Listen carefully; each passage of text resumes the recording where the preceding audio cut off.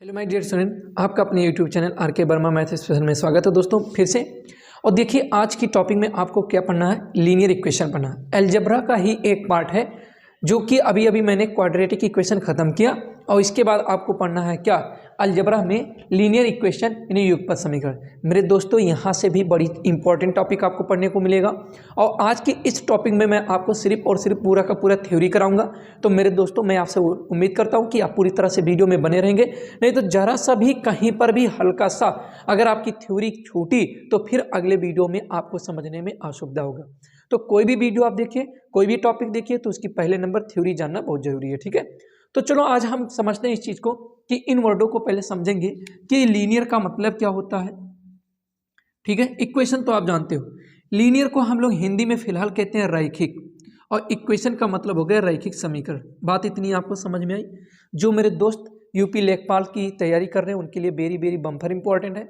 High school का अगर कोई स्टूडेंट इस वीडियो को देख रहा है उसके लिए भी इंपॉर्टेंट है, क्लास 9th का हो तो भी, और अगर कोई भी व्यक्ति पॉलिटेक्निक एंट्रेंस का एग्जाम देगा तो उसके लिए भी बहुत बेहतरीन वीडियो है, ठीक है। ये टॉपिक बड़ी जानदार टॉपिक है, पूरा का पूरा मैं कॉन्सेप्ट से लेकर क्वेश्चन तक 50 से 60 क्वेश्चन इसका भी कराने वाला हूँ, ठीक है मेरे दोस्त। तो चलो फिलहाल इसमें जो टॉपिक पूछी जाती है ना वो थ्योरेटिकल टॉपिक पूछी जाती है और वो थ्योरेटिकल टॉपिक क्या होगा वो मैं आपको स्टेप बाय स्टेप समझाऊंगा, ठीक है। चलो, रैखिक समीकरण का मतलब क्या होता है कि अगर कोई भी समीकरण हो, देखो लीनियर में कभी कभी लीनियर में दो तरह के इक्वेशन बनते हैं। एक को हम लोग कहते हैं वन वेरिएबल, एक को हम लोग वन वेरिएबल इक्वेशन कहते हैं, ठीक है, वन वेरिएबल। और एक हमारा होता है टू वेरिएबल, एक हमारा होता है टू वेरिएबल।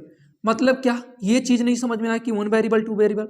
मेरे दोस्त मेरे भाई, वन वेरिएबल का मतलब एक चर वाला रैखिक समीकरण और टू वेरिएबल का मतलब होता है दो चर वाला रैखिक समीकरण।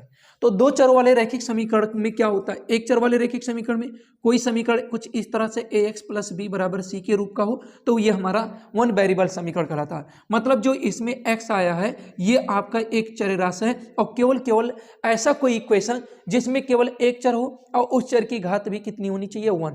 अब मैं आपको समझाऊंगा कि इसका नाम रैखिक क्यों पड़ा, लीनियर क्यों बना।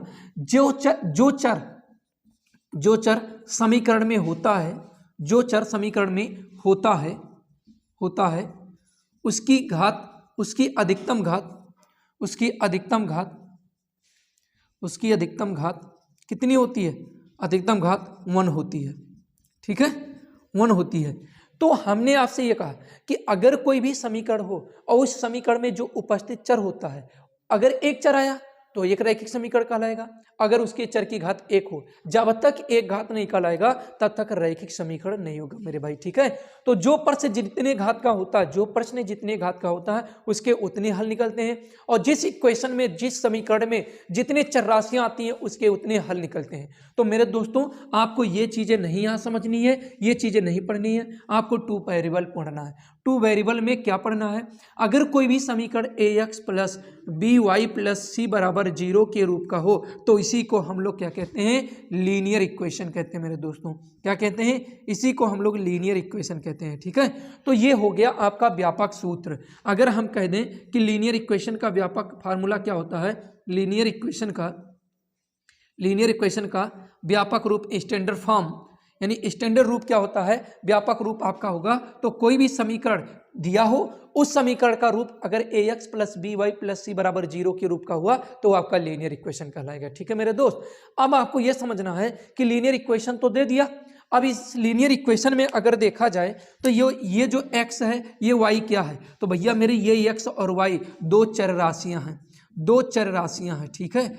और यहाँ पर कभी भी, यहाँ पर जो आपके चर राशियां हैं कभी भी यहाँ इस कंडीशन में ना ये x बराबर कभी 0 हो सकता है ना y बराबर कभी 0 हो सकता है।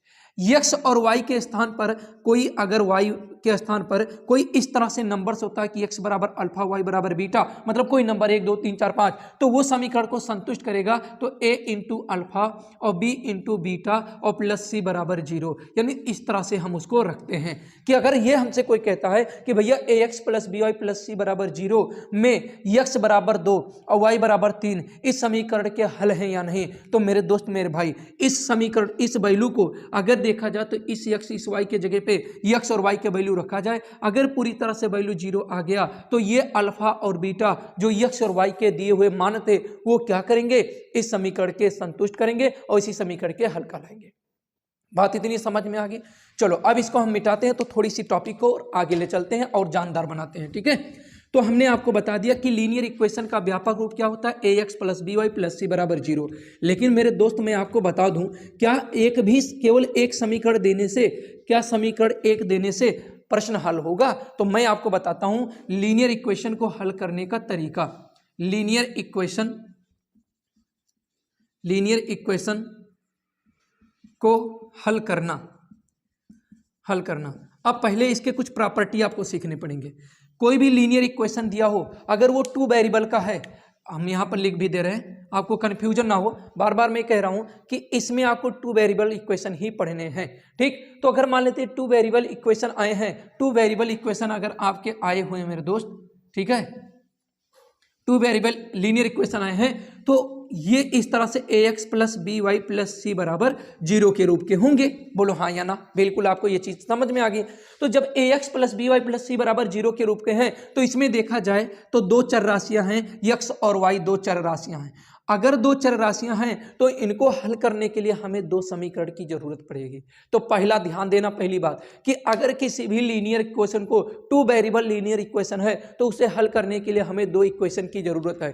अगर 2 इक्वेशन नहीं है तो फिर उसे हल नहीं किया जा सकता। क्लास 10th में हल करने का उसका प्रावधान दिया हुआ है, उसे हम ग्राफ विधि से हल करते हैं। तो ग्राफीय विधि से आपको नहीं हल करना है मेरे भाई, ग्राफीय विधि से आपको नहीं हल करना। ठीक है, बात इतनी समझ में आ गई होगी।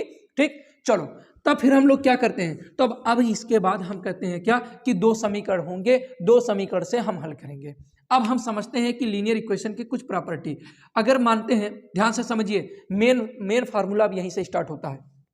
यदि 2 रैखिक समीकरण, ध्यान से लिखते रहिएगा आप सब, 2 रैखिक समीकरण, यदि 2 रैखिक समीकरण a1x plus b1y plus c1 बराबर 0 तथा a2x plus b2y plus c2 बराबर 0 हो तो फिर क्या कह सकते हो मेरे दोस्त, तब यहां पर प्रॉपर्टी बनेगा और वो प्रॉपर्टी इनके गुण बनेंगे। वो गुण क्या बनेंगे, अगर हम 2 समीकरण पाते हैं तो उन समीकरणों में आए हुए चरों के गुणांकों के अनुपात में कुछ संबंध बनता है और उसी संबंध से ही आपके एग्जाम में क्वेश्चन पूछे जाते हैं। इसीलिए इस चीज को बहुत ध्यान से आप समझिएगा और ध्यान में रखिएगा। पहली प्रॉपर्टी क्या बनती है वो आप ध्यान से समझिए।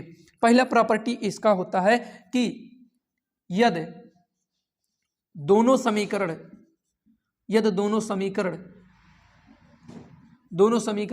एक दूसरे को बहुत अच्छे से समझाएंगे, एक दूसरे को प्रतिच्छेद करते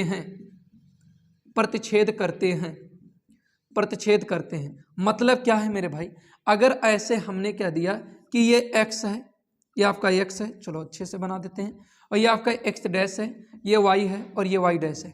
अगर एक समीकरण आप इस तरह से खींचते हो जिसका नाम आप रख देते हो a1x plus b1y plus c1 बराबर 0 और एक दूसरा समीकरण ऐसे रख देते हो a2x प्लस b2y और प्लस c2 बराबर 0, तो मेरे दोस्त दोनों समीकरण एक दूसरे को यहाँ प्रतिच्छेद कर रहे हैं। बोलो हाँ ही ना?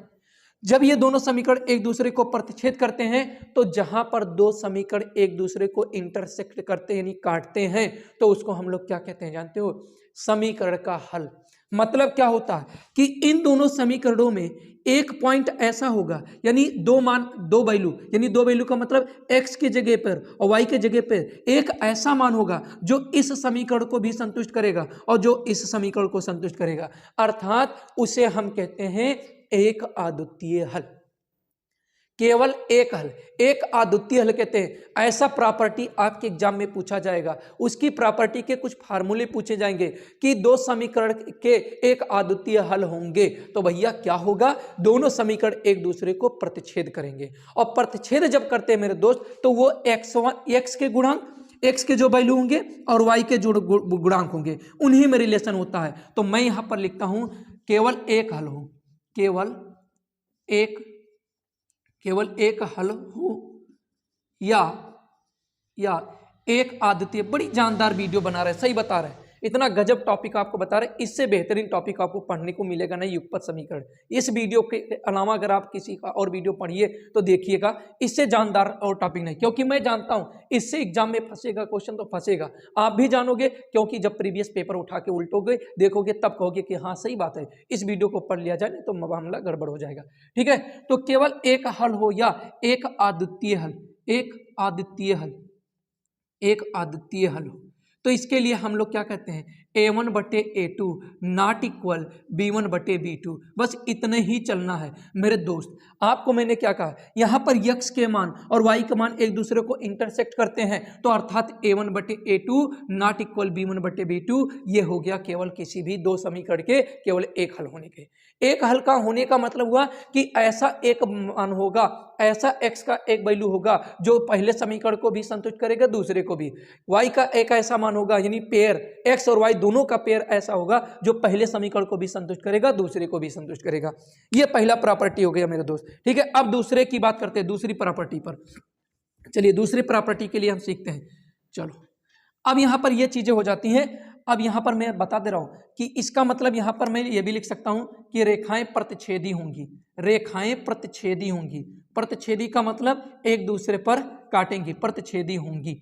ठीक है, तो ये चीजें आपसे पूछ सकता है। दूसरी प्रॉपर्टी क्या हो सकती है, पहला हो गया। दूसरा क्या होता है कि जब दोनों रेखाएं, ध्यान से समझिएगा, जब दोनों रेखाएं समपाती होती हैं। हाँ, एक चीज और ध्यान देना, कभी कभी रेखाएं प्रतिच्छेदी हैं, एक अद्वितीय हल है, और यहाँ पर संगत भी होता है, रेखाएं संगत होगी, रेखाएं संगत होंगी। ये एक प्रॉपर्टी और भी सीखिए बढ़िया से। ठीक है, रेखाएं प्रतिच्छेदी होगी, रेखाएं संगत होंगी। संगत का मतलब साथ साथ गत करेंगी। ठीक है, चलिए ये चीज क्लियर हो गया। अब आपको ये समझना है कि जब दोनों रेखाएं क्या हो, समांतर हो, नहीं समांतर नहीं, समपाती, समपाती हो, समपाती हो।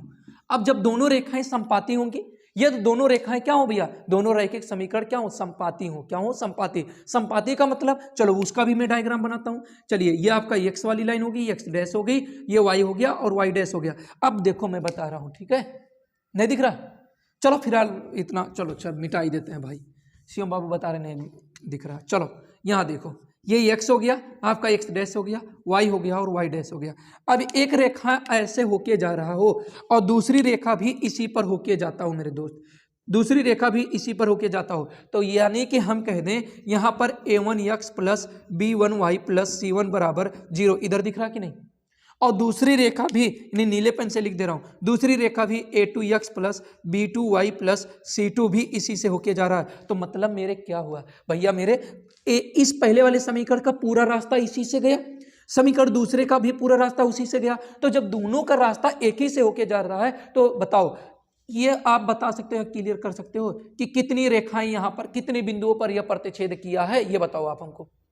तो मैंने आपसे पूछा कि बताइए कि ये कितने बिंदुओं पर प्रतिच्छेद कर रहा है, तो आप कहेंगे सर जी इसको गिना ही नहीं जा सकता, क्योंकि एक रेखा ऐसे होती, दूसरी रेखा ऐसे कट करती, तो देखिए दोनों के कटान बिंदु महसूस हो रहे हैं, पता चल रहा है कि भैया एक जगह कटे। लेकिन जब एक रेखा ऐसे है, दूसरा इसी पर चिपक के जा रहा है, बोलिए, जब एक रेखा दूसरा का इसी पे चिपक के जा रहा है, तो आप बता सकते हैं कहाँ कहाँ कटा है, कहाँ कहाँ चिपका नहीं ना, ये कहेंगे पूरे का पूरा काटते हुए जा रहा है। अर्थात इसके जब एक जगह पे दोनों कटा तो एक हल हुआ, और जब ये पता नहीं कितने जगहों पर कट रहा है तो आपको पता चलेगा कितने हल होंगे, तो आप कहेंगे अनंत हल होंगे। तो ये दूसरा प्रॉपर्टी होता है, संपाती हो तो अनंतः,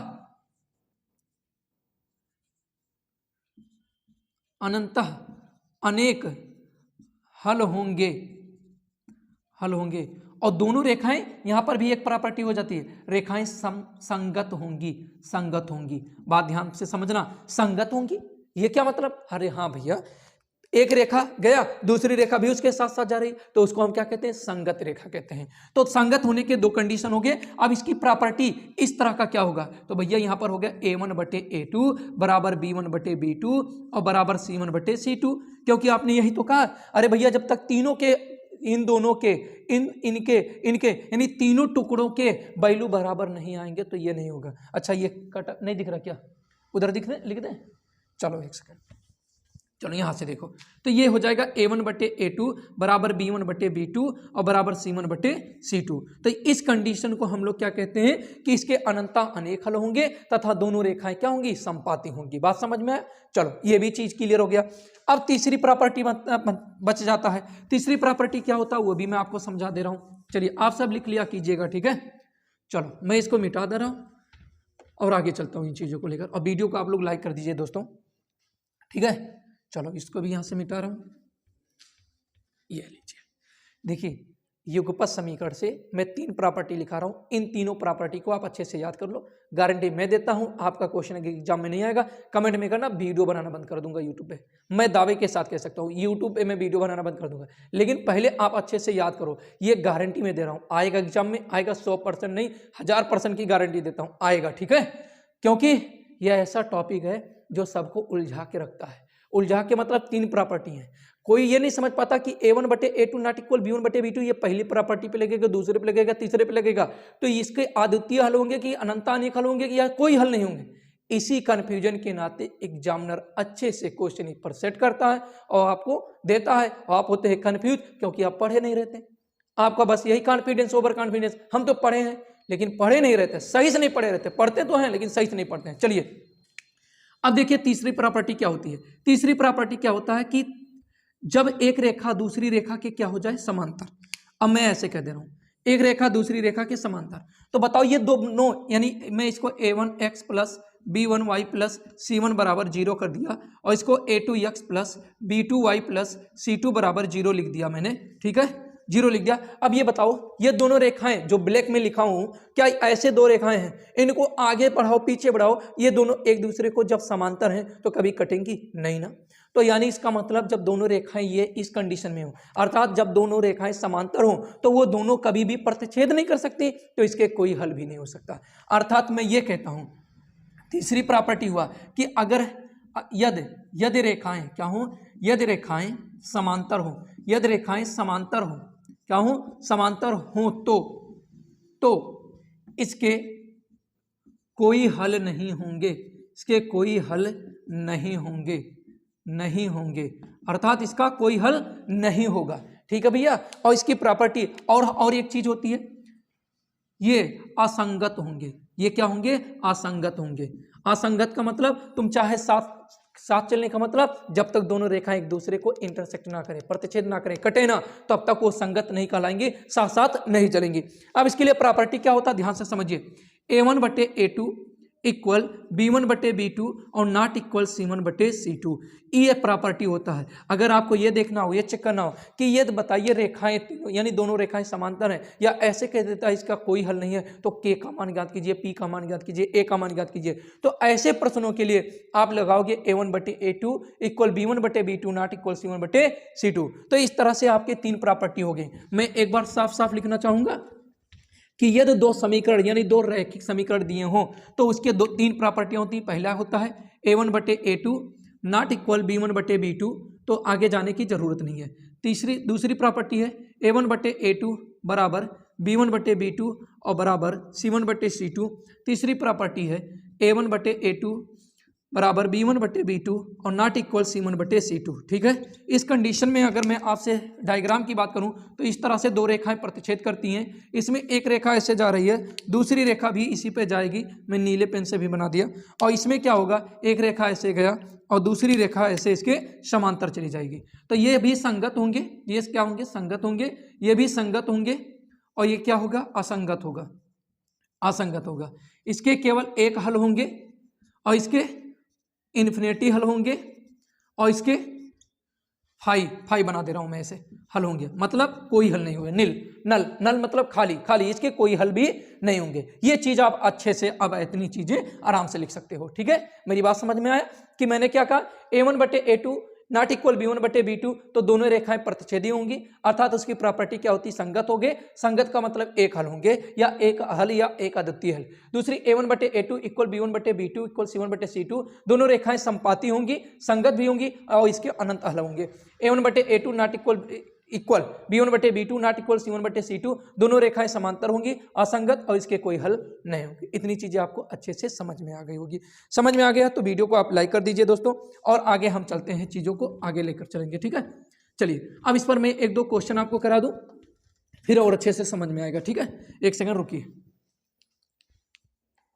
चलिए ये क्वेश्चन आपके सामने मिल रहा है और इसको हम आपको हल करके बताएंगे कैसे हल किया जाएगा। ठीक है, फिर आप डायरेक्टली लगाना सीख जाओगे, मतलब ट्रिक वाला काम जो आप कहते हो ट्रिक, वो भी मैं आपको बताऊंगा आपका कैलकुलेशन स्टार्ट करने के लिए। ठीक, तो कह रहा क्या, x + 2y = -1 और 2x - 3y = 12 हो तो इसके हल होंगे। क्या होगा, एक अद्वितीय, अनंत अनेक हल, कोई हल नहीं, can not determine. Can not determine मतलब इसका हल संभव नहीं किया जा सकता या इसको हल नहीं किया जा सकता। ठीक, चलो फिलहाल देखते हैं। सबसे पहले देखा जाए तो ये एक समीकरण है और ये एक समीकरण है। व्यापक रूप ये कहता था कि इसको होना चाहिए था x + 2y + 1 = 0 और दूसरा होना चाहिए था 2x - 3y और -12 = 0। क्यों भाई, यही तो होना चाहिए था, क्योंकि मैं अभी जो समीकरण लिखा था a1x + b1y + c1 = 0, a2x + b2y + c2 = 0। तो इस तरह से अगर मैं आपसे कहूं तो a1 की बात अगर मैं कहूं तो a1 बराबर आपका 1 आया, b1 बराबर अगर देखें 2 आया और c1 बराबर आया 1, a2 बराबर आया 2 और b2 बराबर आया -3 और c2 बराबर माइनस आया 12। बोलो है ना। फिर आपको क्या करना है, कुछ नहीं, ऐसे इनका अनुपात ले लो। अगर देखा जाए तो ये अनुपात 1/2 आया, ये अनुपात 2/3 आया। तो मेरे दोस्त अब तुम्हें यही बताओ, 1/2 और ये चीज 2/-3 आया है, तो क्या ये दोनों बराबर हैं? नहीं बराबर है ना, यानी दोनों बराबर नहीं है, बस यही काम खत्म, कुछ करने की जरूरत नहीं। यानी 1/2, यानी सबसे पहले काम करना है कि a1/a2 का मान निकालो, b1/b2 का अनुपात निकालो, c1/c2 का अनुपात निकालो। तो क्या जरूरत है c1/c2 के पास आने की, पहले यही दोनों का देख लो ना। तो देखा गया कि ये दोनों आपस में बराबर नहीं आए, क्योंकि इसका मान 1/2 और इसका मान -2/3। तो मेरे दोस्त मेरे भाई ये तो बराबर है, ये नहीं है। और जब नहीं बराबर है तो अभी मैंने आपको लिखवाया क्या कि इसके एक अद्वितीय हल होंगे, यानी इसके एक अद्वितीय हल होंगे। बात समझ में? अर्थात मैं आपसे कहूं इस समीकरण का ग्राफ बनाया जाए तो ये समीकरण एक दूसरे को किसी एक पॉइंट पे ऐसे कट करेंगे, उसी को हम कहते हैं एक अद्वितीय हल। तो क्वेश्चन अगर आपको समझ में आ गई हो, टॉपिक आपको बेहतरीन लगी हो, तो वीडियो को लाइक कीजिए, चैनल को सब्सक्राइब कीजिए। एक क्वेश्चन और हम चलते हैं और कुछ क्वेश्चन आपको देंगे लगाने के लिए। तो चलो एक क्वेश्चन और आपके सामने, फिर इसके बाद मैं आपको कुछ होमवर्क दूंगा और पूरा का पूरा वो आपको करके कमेंट में बताना है। ठीक है, चलिए 2x - 3y = 3, 6x - 9y = 18 के कितने हल होंगे, ये ऑप्शन दिया हुआ है। ठीक है, तो ऐसे क्वेश्चन को हल करने के लिए अभी मैंने कहा दोनों समीकरण तत्काल ऊपर नीचे लिख लो और उसको उधर भेजो, और इसको भी लिख लो इधर -9y और -18 = 0। अब आप ऐसे पेन से क्या करो, इसको ऐसे कर दो, ऐसे कर दो, 2 3 6, 2 करने 2 यानी 1/3 हुआ, माइनस ने माइनस को काटा, 3 करने 3 3 9 यानी 1/3 हो गया, यानी दोनों बराबर आ गए। फिर माइनस ने माइनस को काटा और 3 करने 3 6 18 यानी 1/6, लेकिन ये तो नहीं बराबर आया। तो मेरे दोस्त मेरे भाई अभी मैंने लास्ट में बताया, लास्ट प्रॉपर्टी तीसरा, कि अगर a1/a2 = b1/b2 और नॉट इक्वल c1/c2 आया तो इसे हम लोग क्या कहते हैं मेरे भैया, इसके कोई हल नहीं है, कोई हल नहीं है, कोई हल नहीं है। तो ये चीज आपको समझ में आ गया होगा, बोलो हाँ या ना। तो अब ये ऐसी चीजें आप युगपत समीकरण की एक स्टेज आप आगे बढ़ चुके हो। मैं कुछ क्वेश्चन देता हूं, आप घर से लगा के हमको क्या कीजिएगा, कमेंट में आंसर दे दीजिएगा। बाकी और चीजें बस यही एक अद्वितीय हल होंगे। जैसे मान लो मैंने तीसरा क्वेश्चन दिया, तीसरे में एक अद्वितीय हल है, तो ऐसे तीसरे में आप कर दीजिएगा कि एक अद्वितीय वन सॉल्व ऐसे कर दीजिएगा, कोई दिक्कत नहीं। और अगर कोई हल नहीं है तो इसे क्रॉस लगा दीजिएगा या ब्लिंक कर दीजिएगा, ऐसे इसे डॉट कर दीजिएगा, तो वो आप पे डिपेंड करता है। ठीक है, ब्लिंक कर दीजिएगा। और जिसके अनंत अनेक हल हैं तो उसको ऐसे आप इन्फिनिटी ऑप्शन आपके कमेंट में आता है, वहां से आप इन्फिनिटी उठा के कर दीजिएगा। ठीक है, एकदम शार्ट। आप अपने काम से ईमानदार रहिए मेरे दोस्त, क्योंकि आपको लेना है सिलेक्शन, और सिलेक्शन लेने के लिए आपको अपने आप से ईमानदारी करनी पड़ेगी। ठीक है, पढ़ाई के मामले में। ठीक, चलो इसके बाद मैं क्वेश्चन करता हूं। चलो ये 3 से लेकर 10 तक के क्वेश्चन आपको करने हैं और कोई बहाना भी नहीं चलेगा। ठीक है, तो जिसमें होगा दम वो क्वेश्चन को करेगा सॉल्व करके सेंड। ठीक है, अब आंसर क्या आएगा वो आपको कमेंट में करना है, और देखना यह है कि कितने लोगों में ये दम है कि 10 क्वेश्चन को आराम से 10 मिनट से भी कम समय में आप सॉल्व कर लोगे। जो मैंने आपको मेथड बताया उसके अलावा और कुछ करना नहीं है। देखो मैं स्टेप बाय स्टेप मैं आपको एक सीढ़ी लेकर चलूंगा, ताकि कोई भी क्वालिटी ना बचने पाए, आपको किसी भी टॉपिक को पढ़ने में आपको कोई असुविधा ना हो और कहीं पर भी किसी बुक की जरूरत भी नहीं। अगर कोई व्यक्ति ऐसा होगा जिसके पास नहीं हो, तो बिना बुक के भी पढ़ सकता है। क्यों? क्योंकि थ्योरी भी करा रहा हूँ, क्वेश्चन भी कराने के बाद भी मैं क्वेश्चन हिस्ट्री आपको दे रहा हूँ। फिर इसके बाद आपको क्या चाहिए? यानी एक भी पैसा आपको नहीं खर्च करना है। एक भी पैसा खर्च किए बिना सिर्फ मोबाइल का प्रयोग कीजिए और पूरा का पूरा जितना भी टॉपिक है पढ़ते चलिए। तो आपको मैं बता दूं, यूपी लेखपाल की पूरी मैथ मैं आपको कराऊंगा। फिर से एक बार मैं बताना चाहूँगा ये चीज़। तो अब इसी पर वीडियो खत्म करते हैं। बाकी आप सब मस्त रहिए, स्वस्थ रहिए, ठीक है। और सभी के सभी आंसर आप करके दीजिएगा, ठीक है। तो इसका शॉर्ट स्क्रीन ले लीजिए आप लोग, ठीक है।